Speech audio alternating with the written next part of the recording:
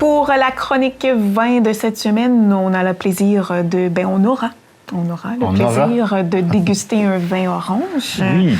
Donc, Serge, tu débarques avec un autre coup de cœur. Tout à fait. Qui est de l'Ontario. En plus, pas très loin. Exactement.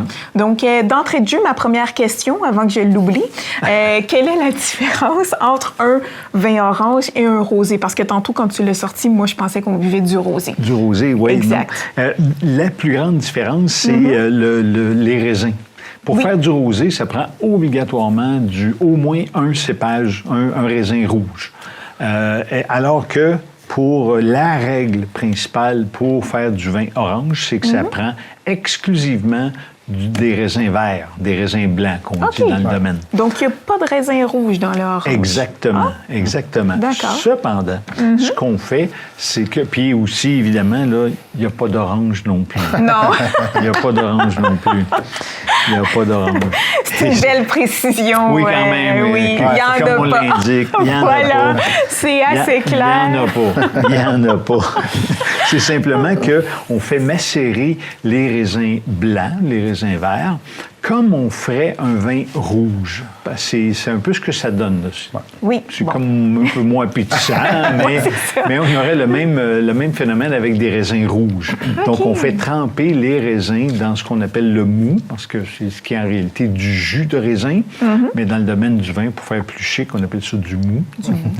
Et puis, donc, on laisse tremper selon le bon souhait du producteur, parce qu'il n'y a pas de réel cahier de charge pour les vins, vins oranges. Ici, on parle d'environ 1 mois de macération, d'où l'extraction de la couleur quand même assez importante. Mais dans des ateliers que j'anime sur les vins oranges, on parle il y a certains vins qu'on déguste, c'est 2 semaines. Donc, on a un orange plus pâle, si on veut. C'est pour ça qu'il y a vraiment une différence. Là. Quand tu passes d'un vin orange à l'autre, tu as des variations quand même intenses de couleur. De saveur. Oui, de saveur. Il y a aussi des cépages tellement différents. Tout à fait. Il faut aussi, des fois, parce qu'il y a du monde qui a fait « je n'ai goûté un, j'ai pas aimé ça », mais... C'était peut-être pas un bon pour toi. C'est peut-être bon à explorer quand même. Là, exactement, mais c'est exactement la même chose que pour les vins blancs, les vins rouges. Tu dis, il y a certains vins rouges, tu dis, trop corsé, moi j'aime ça un peu plus léger. Les blancs, un petit peu trop acide, j'aime ça moins acide. Ouais. Donc, c'est toujours une question de goût, tout simplement. Et puis, d'ailleurs, est-ce qu'on a une idée à quand remonte la création des vins oranges? Orange? Je me le demandais justement parce que c'est depuis peu, moi, que je connais l'existence des vins oranges. Quelques années. Mais je pense que c'est plus vieux qu'on pense. La macération, ça doit être plus vieux qu'on pense. C'est juste qu'ici, mettons, c'était pas tant populaire, on n'avait pas beaucoup, mais j'ai l'impression que dans les places, la Georgie, tout ça, comme on parlait, ça doit être assez vieux. Là. Oui, exact. Quand même. Faut pas perdre de vue qu'au départ, on ne sait pas trop comment on fait du vin. On ne sait pas trop le phénomène qui fait que tout d'un coup, oups, on a pris un peu trop, puis là, on est un petit peu atteint d'une... On a perdu un peu la notion de temps. C'est qu'au départ, ils ne connaissaient pas ça. Fait qu'ils ne savaient pas que c'était les levures qui transformaient le sucre en alcool, donc, pour créer la fermentation. Donc, on parle de 6000 ans. Les premiers vins étaient probablement des vins oranges, mais parce qu'ils laissaient tout tremper dans le mou. Oui, c'est ça. Et puis, à ce moment-là, ça donnait ce type-là. Et c'est en Georgie que remontent les vieilles traces de vins qui étaient très probablement orange à cette époque. Et puis, parce que eux, la Georgie, si on peut voir sur la carte, on voit que c'est quand même assez au nord. C'est le grand voisin en haut qui est la Russie. La Georgie, c'est la petite portion rouge. Et on voit que l'Ukraine est en mauve. Donc, moi, être géorgien, je serais peut-être un peu nerveux, mais enfin. Mais pas par rapport au vin, mais par rapport à ce qui se passe en Ukraine, bien entendu. Et puis, eux utilisaient des amphores qui étaient enterrés nécessairement sous terre pour justement prévenir le gel du vin. Donc, on a un exemple ici. Donc, derrière, si on creuserait, c'est des amphores qui sont en dessous. Et c'est là-dedans qu'on faisait la macération et l'élaboration du vin par la suite. Et puis, et on parlait, tu disais que c'était récent, un peu plus récent. Bien, effectivement, c'est redevenu à la mode aux alentours des années 2005. En Italie, en Italie, dans la portion nord-est, la Frioul Vénétie Julienne, c'est juste un petit peu au nord de la Vénétie. Et c'est là qu'on a comme décidé d'en faire des nouveaux, et puis évidemment plus équilibrés, plus bien agréables. Et par la suite, ça s'est réparti à travers le monde, parce qu'aujourd'hui, à la SAQ, particularité cependant, si on fait une recherche vin, il va nous sortir des vins rouges, des vins blancs, des vins rosés, mais pas de vin orange. C'est considéré comme étant un vin blanc. C'est dans la famille, puisque c'est élaboré avec des raisins verts. Et puis, mais cependant, si on fait une recherche vin orange, il y en a quand même 330 qui va sortir comme référence. Et puis de 22 pays différents. Les deux plus importants étant la France et l'Italie. Cette remarque-là est vraie pour n'importe quelle couleur de vin. À la SAQ, France et Italie sont vraiment les deux premiers producteurs présents. Et puis, le Canada ressort quand même 5e avec 21 vins oranges présents, dont 8 du Québec.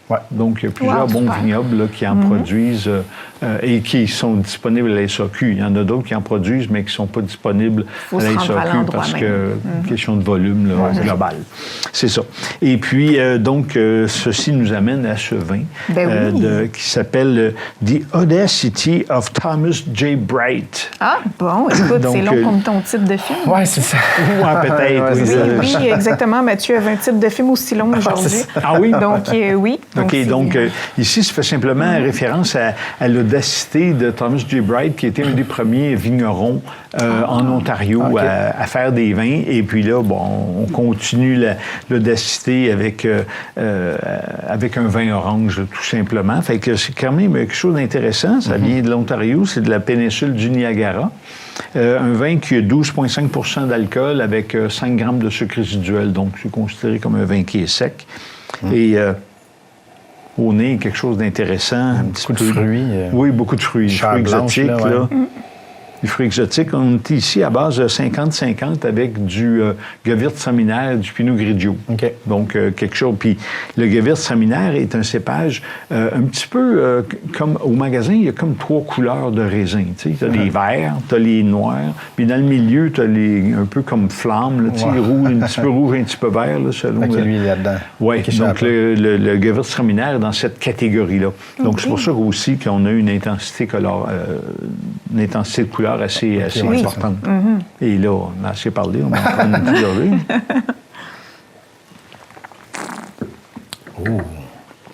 Donc, même si on n'a pas ce feeling-là quand on déguste un vin blanc, ici, puisqu'on a laissé macérer les raisins dans le mou, on a une certaine rugosité sur la langue qu'on appelle l'astringence, comme on a dans les vins rouges. Donc, c'est une conséquence de la macération. Et puis, c'est pas comme un vin rouge de Cabernet Sauvignon, là, où la langue peut-être épaissie, pas pareil. Mais quand même, avec du poulet tandoori, mettons, là, un petit saumon teriyaki. Aussi, on a un petit un filet de porc barbecue, non? Oui, un petit, une petite macération. Là, quelque chose on aurait dû s'en douter qu'il est en train de nous sortir son lunch chez Serge. Une petite affaire au micro-ondes. Exactement. C'est très bon. Et puis, donc, on a quand même de la matière, donc c'est quelque chose de très agréable. Là, c'est bien balancé. Tu sais, oui, un bel équilibre. Pas un bord non, c'est ça, pas trop d'acidité, mais juste que ça demeure frais en bouche, donc vraiment parce quelque chose des fois, il y en a qui ça goûte quasiment la rafle. Des fois, c'est intense. Là, je dis amertume, c'est peut-être pas le bon mot, mais une astringence. Là. Oui, l'astringence. Mais là, c'est plus doux. C'est peut-être une façon, peut-être un qui est peut-être facile d'accès pour rentrer dans les effectivement, orange. Effectivement. Donc, bien agréable, 18 $. Ah ben, ça aussi, c'est agréable. Tout à fait raisonnable. Oui, c'est agréable aussi. C'est agréable. Voilà. Puis ça sent l'été, Serge, encore une fois. Ça sent bien, on croise nos doigts, ça nous rappelle des terrasses. Ça aussi, ces belles odeurs-là. Voilà. Donc, un beau merci pour cette belle proposition, ce beau coup de cœur, encore une fois. Merci d'être là.